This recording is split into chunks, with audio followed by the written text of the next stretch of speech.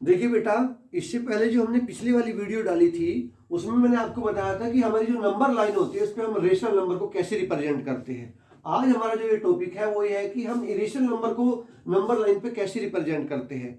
मैंने आपको irrational number की डेफिनेशन भी बताई थी। इरेशनल नंबर क्या होता है, उसकी जो डेसिमल प्रॉपर्टी वो होती है कि उसमें हमारा वो नंबर नॉन टर्मिनेटिंग होता है और नॉन रिपीटिंग होता है।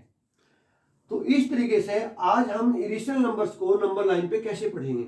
इरेशनल नंबर की एक डेफिनेशन और भी होती है कि हम जिस नंबर्स का भी स्क्वायर रूट ले रहे हैं या उसका क्यूब रूट ले रहे हैं तो उसमें क्या है कि वो नंबर्स अगर किसी भी नंबर्स का हमारा कंप्लीट परफेक्ट स्क्वायर नहीं बनता है तो हमारा इरेशनल नंबर होता है। ऐसे ही अगर वो परफेक्ट क्यूब नहीं बनता है तो हमारा इरेशनल नंबर होता है।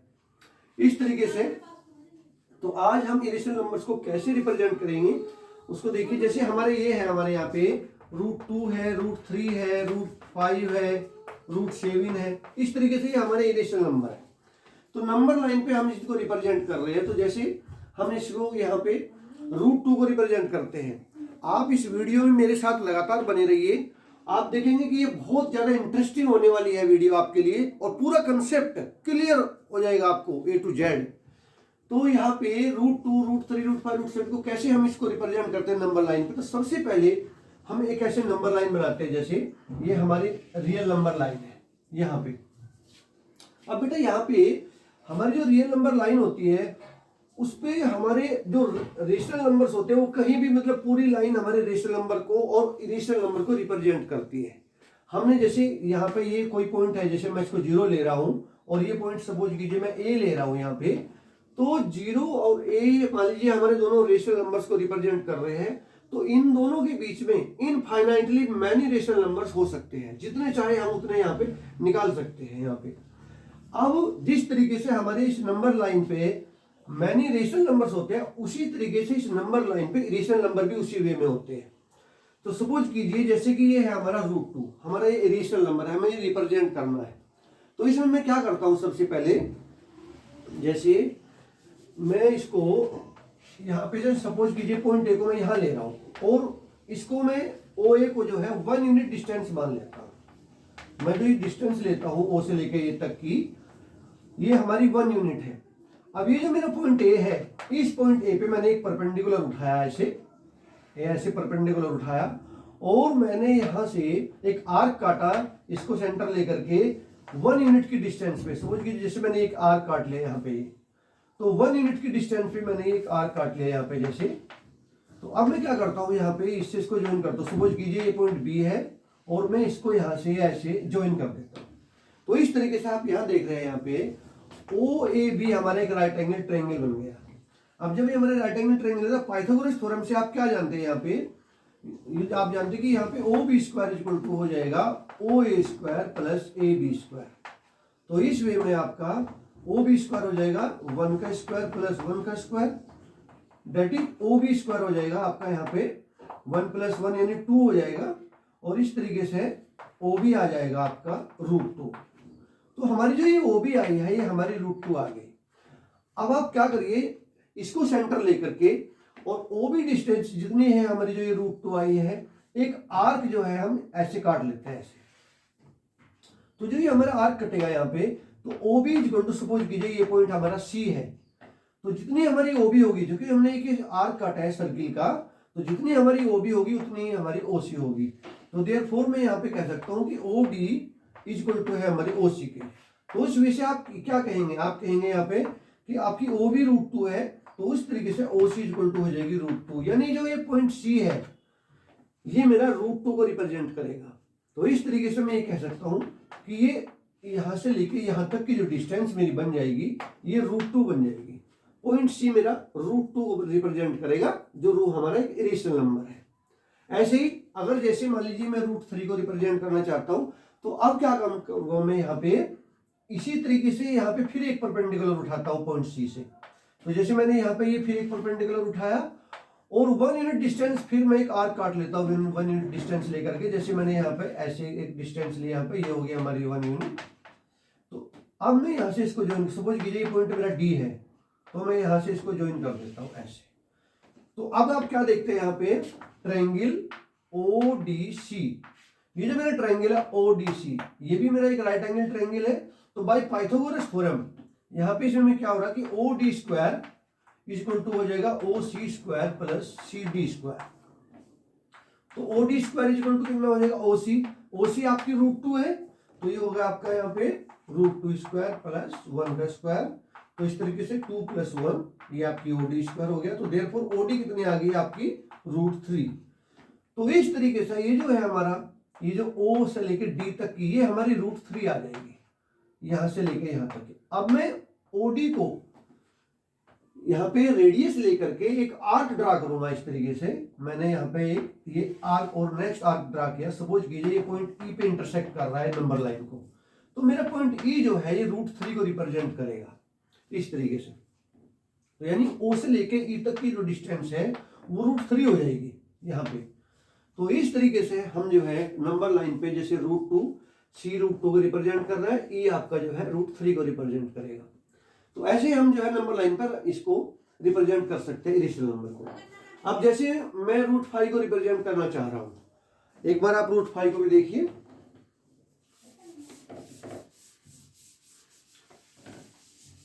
√5 को भी हम इसी वे से रिप्रेजेंट करेंगे नंबर लाइन पे।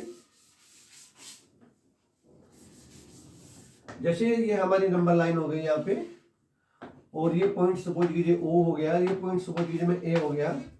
मान लीजिए मैं 2 यूनिट ले रहा हूँ ये डिस्टेंस, यानी यहां से लेकर के यहां तक की ये डिस्टेंस मेरी 2 यूनिट है।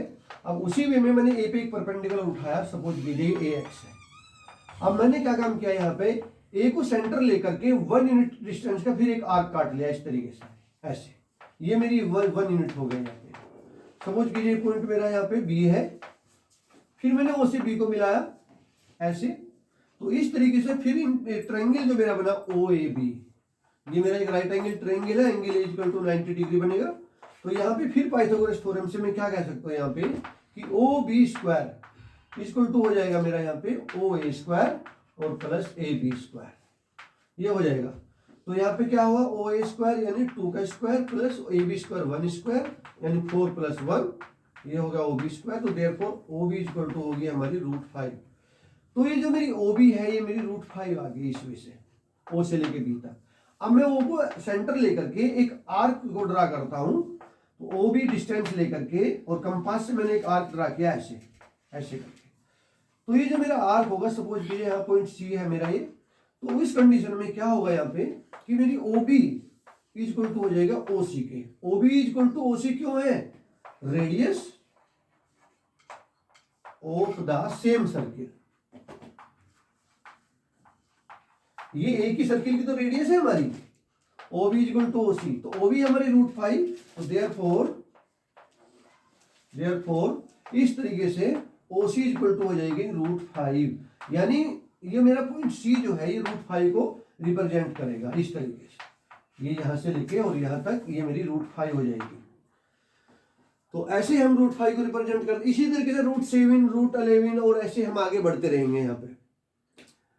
अब आप ये देखिए बेटा, हमने √2 √3 √5 ये आपको रिप्रेजेंट करके बताया, लेकिन मुझे ये बताइए, सपोज कीजिए अगर मुझे √2.7 रिप्रेजेंट करना हो, सपोज कीजिए मान लीजिए √3.5 रिप्रेजेंट करना हो, तो ये भी तो मेरे इरेशनल नंबर है। तो उस कंडीशन में मैं कैसे रिप्रेजेंट करूंगा इसको फिर, तो उसको यहाँ पे देखिए। सबसे पहले क्या होता है, जो हमारा इरेशनल नंबर होता है वो रेशनल हो इरेशनल हो, हमारे रेशनल और इरेशनल सारे नंबर मिलकर के रियल नंबर बनाते हैं। रियल नंबर की डेफिनेशन क्या होती है, रियल नंबर की जो शॉर्ट डेफिनेशन है वो ये भी कह सकते हैं, if the square of any number is positive then that number is called real number. मैं आपको थोड़ा एक बार रियल नंबर कैसे बताऊं, जैसे सपोज कीजिए मैं एक इक्वेशन लिख रहा हूं यहाँ पे x² + 5 = 0 लिख रहा हूं। तो मैं कह रहा हूं कि if the square of any number is positive then that number is called real number. तो मैं लिखा x² + 5 = 0, तो यहाँ पे x² कितना है आपका -5। तो यहाँ पे ये जो नंबर मेरा x है इसके स्क्वायर नेगेटिव आ रहा है, तो therefore x is not the real number. तो कंडीशन यही है हमारी कि रियल नंबर होने के लिए क्या है कि हमारा x जो है >0 होना चाहिए।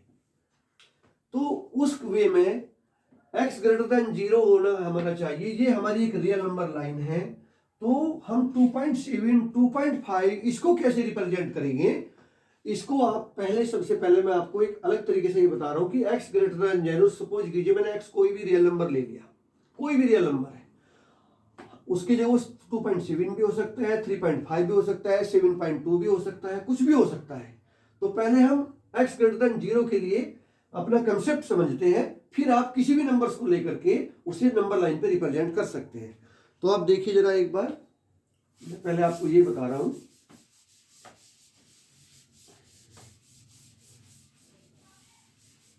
x ग्रेटर देन 0 के लिए कैसे करते हैं हम यहाँ पे रियल नंबर को नंबर लाइन पे। मेरा x एक रियल नंबर है, वो ग्रेटर देन 0 है, तो मैं क्या करता हूं यहाँ पे, सपोज कीजिए ये मेरी एक नंबर लाइन है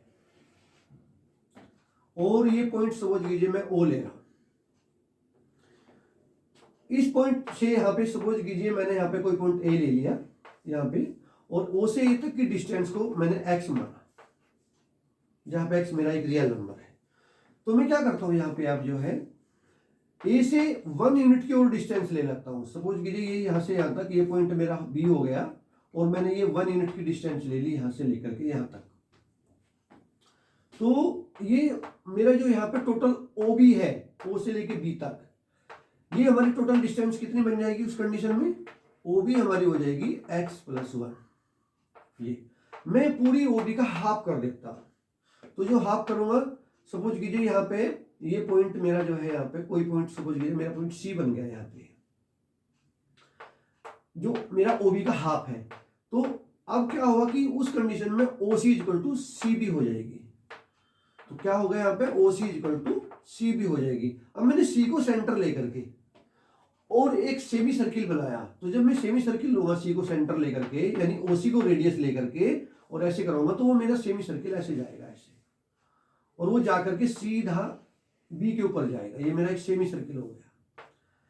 ये जो मेरा पॉइंट A है, इसमें मैंने एक परपेंडिकुलर उठाया ऐसे सीधे, सपोज कीजिए ये इसको पॉइंट को यहाँ पे इसको D पॉइंट पे इंटरसेक्ट कर रहा है सेमी सर्किल को।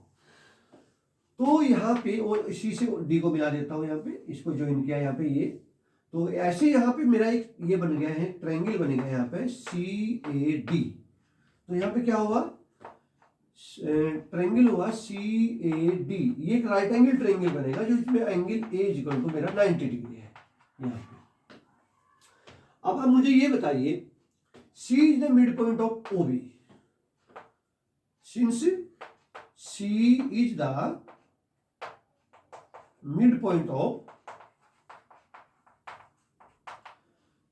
OB, जब C मेरा OB का मिड पॉइंट है और टोटल मेरी OB कितनी है x+1, तो फिर उस कंडीशन में मेरी OC कितनी हो जाएगी? तो देयरफॉर OC= हो जाएगी मेरी x+1/2। आप ये समझिए, यहाँ पे पूरी हमारी O से लेके B तक x+1 है, ये x हो गई, ये 1 होगी, तो टोटल होगी मेरी x+1।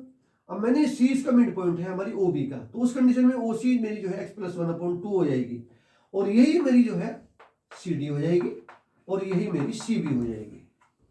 क्योंकि आप देख रहे हो यहाँ पे कि OC=CD=CB, radius of the same circle. ये जो मेरा सेमी सर्किल है ये पूरा हो जाएगा ऐसे, तो ये एक ही रेडियस सेम सर्किल की हमारी रेडियस है, तो तीनों इक्वल है हमारे यहाँ पे उस कंडीशन में। अब ये जो ट्रायंगल है, मैं इस ट्रायंगल पे आता हूँ, यहाँ पे CD मेरी कितनी हुई, जितनी मेरी OX है, ये OC है, तो OC कितनी x+1/2, ये मेरी CD हो गई। अब CD मिलके मुझे, अब मैं ये निकालता हूँ यहाँ पे CA कितनी है मेरी, CA। अब आप ये देखिए CA हो जाएगी मेरी, मैं CB से माइनस कर देता हूँ AB को, CB minus AB। CB total यहाँ से यहाँ तक होगी, इसमें से AB को माइनस किया। अब मेरी CB कितनी है, ये देखिए CB जो है मेरी यहाँ पे, ये है मेरी x+1/2, क्योंकि जितनी OC है उतनी CB है, और इसमें से AB को माइनस कर दिया, AB है मेरी 1। तो इस तरीके से मेरी CA निकल जाएगी। यहाँ पे CA कितनी आएगी, ये आ जाएगी मेरी x-1/2। तो मेरी CA भी आ गई इस ट्रायंगल में, CA भी निकाल ली मैंने, और मैंने CD भी निकाल ली। अब मुझे AD निकालनी है, तो बाय पाइथागोरस थ्योरम, उससे हम क्या जानते हैं, यहाँ पे AD² हो जाएगा CD² - CA²। तो AD कितना है आपका तो ये सी डी कितना है आपका, ये देखिए सी डी इक्वल टू है आपका x प्लस 1/2। ओ सी सी डी सी भी तीनों इक्वल है, तो जो सी डी है इसकी जगह मैं लिख लेता हूँ यहाँ पे x प्लस 1/2 और इसका हो जाएगा होल स्क्वायर माइनस सी ए कितना है, सी है x माइनस 1/2, x माइनस 1/2 इसका हो जाएगा यहाँ पे होल स्क्वायर। तो उस कंडीशन से यहाँ पे ए डी स्क्वायर कितना आ जाएगा मेरा, ए डी स्क्वायर आ जाएगा यहाँ पे, ये 1/4 बाहर आ जाएगा कॉमन यहाँ पे, और ये हो जाएगा x square plus 1 plus 2x minus x square minus 1 plus 2x। मैंने पूरा ब्रैकेट खोल दिया, ये दोनों चीजें यहाँ से कट गई, तो इस तरीके से ये हो गया मेरा 4x/4 दैट इज 4/4। तो उस कंडीशन में ए डी इक्वल टू मेरी रूट x आ गई। तो मेन कंसेप्ट ये है कि मेरी जो ए डी है ए से डी तक, ये मेरी रूट x आ गई ए डी। अब मैं क्या करता हूं, दोबारा फिर ए को सेंटर लेकर के और एडी डिस्टेंस लेकर के एक नया आर्क काटता हूं। तो एडी डिस्टेंस लेकर के मैंने एक नया आर्क काटा, वो मेरा नया आर्क ऐसे जाएगा ऐसे। तो समझ गए ये पॉइंट मेरा ई है। तो जो मेरा ई पॉइंट है, ये ई पॉइंट जो है, क्योंकि मेरी एडी रूट एक्स है तो मेरी ए भी रूट एक्स होगी। तो उस कंडीशन में यहाँ पे क्या देखे आप कि एडी इक्वल टू है आपका ए ई, क्योंकि मैंने ए को सेंटर लेकर के, ध्यान से देखिए, ए को सेंटर लेकर के और एडी डिस्टेंस लेकर के ये मैंने एक नया आर्क काटा है जो इसको हमारी नंबर लाइन को ई पॉइंट पे इंटरसेक्ट कर रहा है। तो चूंकि यहाँ पे ए हमारा सेंटर है तो एडी इक्वल टू ए है, रेडियस है हमारे ए की सर्किल की, जो ये सर्किल जिसका ये आर्क बना है, जो नया सर्किल बनेगा ये। तो उस कंडीशन में एडी इक्वल टू मेरी ए ई होगी। तो ए ई जो है मेरा ये ए ई भी मेरा रूट एक्स को रिप्रेजेंट करेगा इस तरीके से। तो हम अपने इस कंक्लूजन पर पहुंचते हैं इस तरीके से कि कोई भी नंबर हमारे पास ग्रेटर देन 0 है, उसको इसी वे में हम नंबर लाइन पे रिप्रेजेंट कर सकते हैं। सपोज कीजिए, अब मैं आपको बता रहा हूं, जैसे मान लीजिए मैं ले रहा था ये 3.5 है, रूट 3.5, मुझे नंबर लाइन पे रिप्रेजेंट करना है। सेम इसी वे में मैंने क्या काम किया, ऐसे बनाया, यहाँ पे ये पॉइंट सपोज कीजिए मैंने ओ लिया, सपोज कीजिए ये पॉइंट मैंने ए लिया और मैंने ये डिस्टेंस 3.5 ले ली।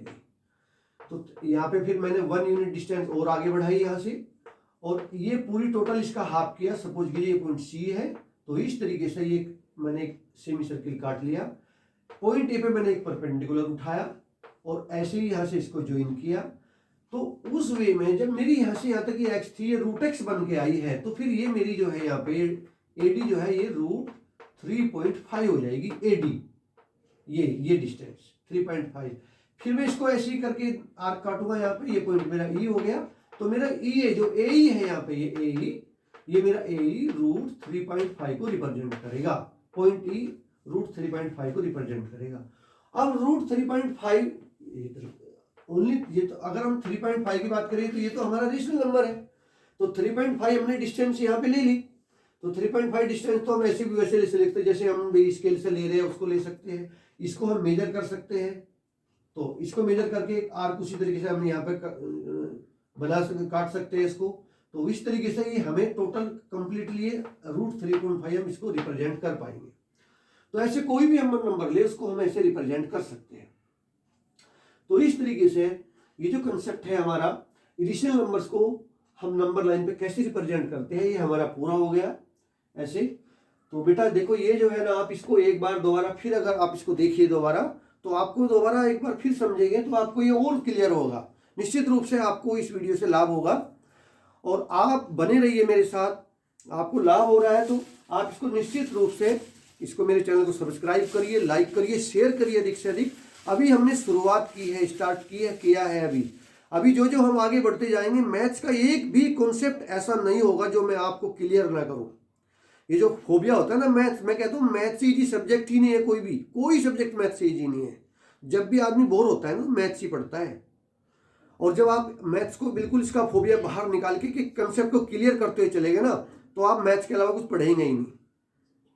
ठीक है बेटा, तो आप इसको ज़्यादा से ज़्यादा शेयर करिए। अगली जो वीडियो आएगी वो और भी ज़्यादा इंटरेस्टिंग होने वाली है। मैं एक एक करके कोई भी टॉपिक नहीं छोड़ूंगा जिसको मैं क्लियर आपको ना करूं, और आप जो है इसको करिए, निश्चित रूप से इसमें आपको लाभ मिलेगा। ओके।